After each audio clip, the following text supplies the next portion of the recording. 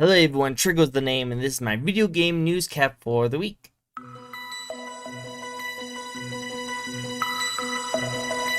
I want to get into something I'm actually really excited about. I don't know for those who do not know yet, but I'm a huge Mass Effect fan. I actually love the Mass Effect series like crazy. It's actually one of the first games that got me really into the trilogy side of things. Create your own characters, choose your own voices, romance options.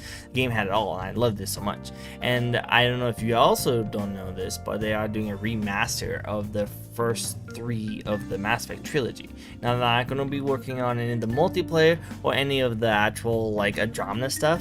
But they are going to be remastering 1, 2, and 3 on the Mass Effect trilogy. And I'm actually looking forward to it. I think it actually looks really cool. And for what they did show, actually looks like there's some really cool content that they're going to be fixing up. They're mostly going to prioritize on fixing up the first game, which to me is the most grindiest of all. And oh my god, I'm so happy that they're going to finally fix it. Now, there's a lot of things they're going to be fixing on it. Graphics, looks is going to be on like 4K machines like the PS5 and the Series X's, so the loading time is going to be better, so you don't have to worry about super long elevator scenes, so that's actually a pretty good thing. Also, like some of the gun mechanics, like some of the guns that actually do overheating apparently is still gonna be there, which I'm like, oh, whatever. I kind of wish they would take more of like a Andromeda gameplay and put it in this one, because I really do like the Andromeda like fighting gameplay for it, but keep it traditional. They don't want to remake the entire game. I just hope that they make it so that it's not as grindy as before, which does seem like they made this so that it's not going to be super precise, that if you do not go by this kind of like talk dialogue options, you don't have to worry about missing out, like accidentally killing Rex in the game or something like that. Oh man, that was fun my first playthrough. Another thing that I guess is going on is that they're going to be removing the sizes of the female butts on the game. I didn't have thought it was an issue. Well, apparently it was a really big issue, so a lot of people are getting up and roar on like, hey, do not shave off the butts on the Mass Effect characters. Like, like they do what they want. I don't really care too much, as long as it looks better. As long as it looks better, I don't mind if they do whatever they need to do. But I'm super looking forward to this game, and let me know what you guys think about. Do you guys think that this game is going to be pretty epic, and they're going to probably change a lot of things for the better, or do you think they're going to be changing a lot of things for the worse? And what do you guys think about when it comes to Mass Effect 4? And I would love to get in a conversation about Mass Effect 4. I think it's going to be really cool, so hit me up in the comments below. What do you guys think the Mass Effect 4 is going to be like? Because from what it looks like they're going to have to take liberties on some of the endings of Mass Effect 3. The other thing I want to talk about is apparently Stadia is shutting down. Yep, Stadia is gone. Well, not really. Apparently it's the internal studios is going to be shut down, and they're changing the business focus.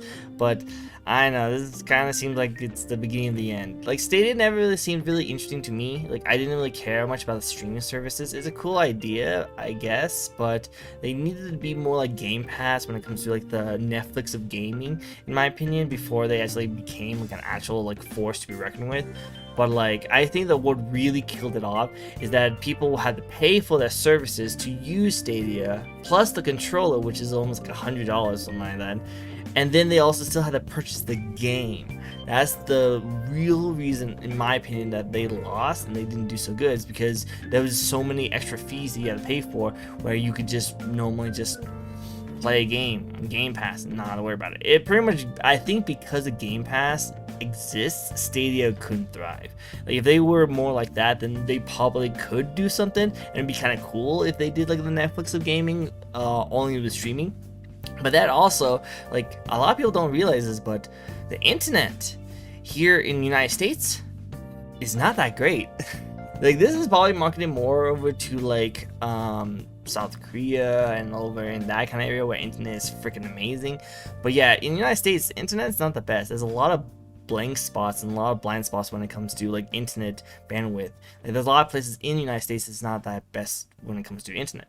So like, it kind of makes sense that Stadia wouldn't do so good in the United States. Unfortunately, it was mostly marketed here in the United States, I think, and didn't do very well over in like South Korea and other places. So that's another reason why it probably didn't do so well. So now that it's changing their business focus, so they're probably going to either work on individual like games to give to other companies like Microsoft and Sony to work on, maybe just work on like their own like development team of like independent games, but they're probably going to stick away from indie like stuff and pretty much go away from the whole Stadia situation, kind of like how the Google Glasses thing was the thing but then got rid of it.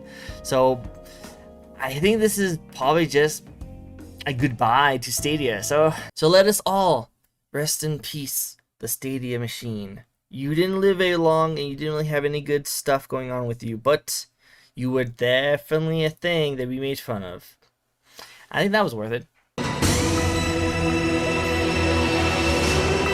In other news, I didn't really like talking about Fortnite very much. I think I already told you guys my like views on Fortnite. This is not really my thing. Nothing really bad with it, it's just not my thing.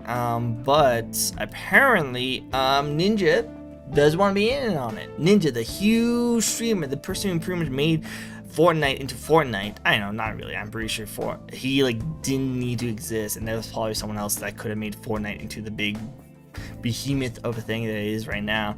But apparently, the big flagship streamer, I guess he's gone. He's done. He doesn't want to deal with it anymore. And apparently, there was so many people who kept on screen sniping and ghosting him in his streams that no matter what character, what account he played as, people were able to find him and pretty much mess with him. And he got so trolled and so angry at them that he just gave up. He's like, yeah, I'm done, don't want to deal with this anymore, I'm done with Fortnite kind of situation. Which I don't know how, like, if he's under any contracts with Epic or anything like that, I feel like he can't do that, but also I'm pretty sure he makes enough money that he doesn't have to worry about those kind of stuff. But this thing is kind of funny. He can play other games too. Like he's a really good player. Nothing is like doubting on his skill. It's just that if Ninja's not playing Fortnite, are they going to really do anything? Like, what is he going to do next? He's going to work on Valorant? Shoot. But I guess the main question is, like, what is this going to do for Fortnite? Because, like, if Ninja, the biggest, like, streamer for Fortnite, leaves, are they going to really be able to, like, show Fortnite off as much? I know, I feel like Fortnite's big enough, and they have enough, like, big streamers as well. I don't think they have to worry about that as much, you know? It seems like if Ninja leaves, it's not going to be the biggest deal with them, but I think if Ninja moves on to another game, maybe even a smaller game, I wonder if he will do even better, you know? What do you guys think? Do you think if Ninja leaves Fortnite, do you think Fortnite is going to fall? Or do you think that Ninja could leave and no one couldn't really care less? Whatever game he does jump into will probably surge in popularity, but I don't know, I think Fortnite's fine where it is, that it doesn't really need Ninja anymore. What do you guys think? Another thing I want to talk about is mostly when it comes to EA college football. Apparently EA is doing another college football. Now to me, the NCAA football that happened a long time ago that a lot of people really like, did very well for the people in the college football like fandom, but the reason why they had to stop, I thought, was because they couldn't use the likenesses for the college students. You know, like the college students are going to be in the game. It's college football. You know, you don't just have random names. You have to actually use the characters and the likenesses. And they couldn't do that because that means they had to pay a lot of the college students, and they didn't want to do that. There's so many colleges out there, so many college students, they didn't want to pay for that kind of stuff. But now that if they're going to try and redo it again, like, are they going to actually pay their college students? Because I feel like they should. Like, I feel like college students definitely needed. Man, what are you doing? You're talking everything. Get down. Because, like, even though I never really played sports, I'm not really much of a sports person, but I do know that, like, the college students are a more threat of getting into, like, the, like, NFL when they're doing all this crazy, like, dangerous, like, sports that can actually, like, cost them their life or their careers. I feel like they really should definitely be given more, like, stuff for what they do, because it just seems like they try so hard to get into NFL and all this other kind of stuff in their college days, and sometimes they don't even make it in. And ones that do make it in are already pretty damaged up, so that another like good amount of years of doing college is going to hurt me more. And then apparently, I don't know much about this, so correct me if I'm wrong, but like when they do retire, they retire pretty young and they don't get any benefits. Like they get really terrible benefits, even though they should be like getting treated so good because they made like NFL like so much money. You know, they should pay and like compensate these players a lot more, and it should definitely happen when it comes to college students. So yeah, it'd be kind of cool to see like a college football come back because it was really popular. But I really hope they actually like pay and like support the college students a lot more than they already getting. But I don't know. Do you think that is going to be like, oh hey, here's $10 off your next book purchase? This is our conversation for you. Because remember, we're talking about EA here, and EA is not really the most liked companies, and they usually do a lot of like not easy practices, I gotta say. So like what they gonna for what they do for Madden and how terrible they treat Madden and all their fans on Madden, I really have a bad feeling what they're gonna treat college students and college players. I know it's gonna make a lot of money, definitely gonna make a lot of money for EA, but let's just see if it's actually gonna be a good football game, because apparently you can make a terrible football game and still make a lot of money, which is sucks for sports fans.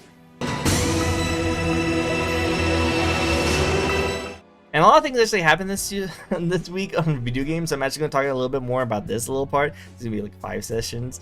But Activision Blizzard just ran out and pretty much said that, hey, guess what? You know that Overwatch 2 and the Diablo 4 game? Yeah. Not gonna happen this year. Definitely not gonna happen this year. I'm not surprised, at least with Diablo 4. I feel like that's going to be like a 2022, 2023 kind of deal. But Overwatch 2, I'm kind of surprised about, because isn't Overwatch 2 the exact same thing, just with a story mode attached to it? Like Overwatch fans, tell me, what is the major difference between like Overwatch 1 and 2? Because it seems like when they were showing off Overwatch 2, it was just like, hey, you can still play Overwatch 1 and still play Overwatch 2. All your things will carry over, you still play with the same amount of people, but Overwatch 2 has a story mode. And that's it. Like, all the new characters that come out for Overwatch 2 will still be on Overwatch 1. Seems like they're still going to support Overwatch. It's just not going to be that big of a deal if you get Overwatch 2. It's just like more story, which they should have done a long time ago. I feel like Overwatch has died down in popularity over so many years that the story mode won't be that interesting. I feel like it's not going to really bring people back to playing Overwatch again. But I don't know. It just doesn't seem that big to me. So to hear that they're not going to be releasing it this year, it kind of makes me surprised. Like, what else are you going to do with that? Like, because if you guys want more plans for the game, and it's actually going to be a lot bigger than I thought it was going to be, then great, awesome. Maybe I will get back to it. Can you buff Hanzo again? Can you like work on his kid? Because I miss Hanzo. I miss playing Hanzo. I played him a little bit ago, and he's definitely not doing so hot anymore, unfortunately.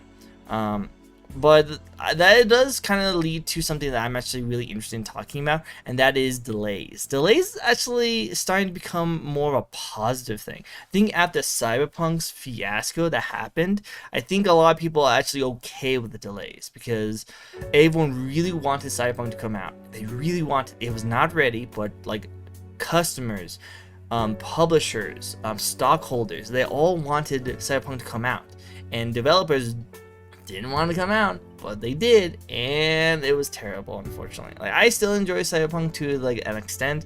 I haven't played it in a while, actually. Unfortunately, I need to jump back into it. But like, it just didn't do so well.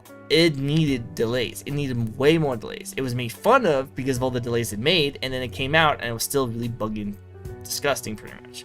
So I think this is kind of like a little sign to everyone saying that, hey, delays are not that bad. You can delay a game. Like, it's fine. It's totally okay. The whole like Nintendo quote of like, if the game hasn't come out yet, it still has the potential of being good, but if the game comes out bad, it will always be considered as bad. That quote actually holds very true nowadays, and I definitely think it should be praised for that kind of stuff. But what it really means is that like Bethesda, EA, all these big companies are now okay with delaying their games if it's going to come out good later on. I don't think you have to rush about it. And I think fans are okay with it too. The fans like, okay, we don't want to have another Cyberpunk. We want to have a really good game come out. We're looking forward to this kind of stuff. If it's not ready yet, make it ready. Okay, we're okay with waiting for a little bit. We have a lot of games, a lot of free-to-play games that we can play right now, and even the indie scene's gotten a lot bigger than it was before, and we can jump onto those kind of games. So there's a lot of games you can play that you don't have to worry about too much. But what do you guys think? Do you think delays are good now and people should actually delay more often, or is this going to give people like companies excuses to not have to release games on time and maybe squander a little bit more of the like crunch like market, you know, like the crunch like culture? And I feel like definitely we need to work on the crunch culture because it's a lot worse than it's ever been. But I don't know, guys, crunch culture or delaying, which one do you prefer? Now I talked a lot about this this week. There's even more I could be talking about. Cheaters bans up to like $60,000 because of like them cheating, which get rid of cheaters, I understand. Google banning Terraria, like stuff like that. That's pretty interesting in my opinion. And the new Battlefield game that's coming out, that's going to have a lot more people inside of it, a lot more destruction environments, all the really cool stuff, but I just don't know how much it will hold up with today's market of shooters like Apex and Call of Duty, kind of battle royale kind of style. I don't know how much it will hold up, but I love Battlefield 4, so if they make another like Battlefield 4 kind of style game, I'll be totally ham on that kind of stuff. But that's going to wrap it up for me for this week. I'm sorry that I'm a day late. I had issues with recording the first time and I couldn't do it on Friday, so I do apologize. I hope you still enjoy this weekly recap that I like to do. I do this each and every week, and I will try and come up with making more content for you guys. If I miss any kind of news that you want me to talk about for next week, let me know in the comments below. Much appreciated. And yeah, I hope you guys all have yourself a nice day. Bye.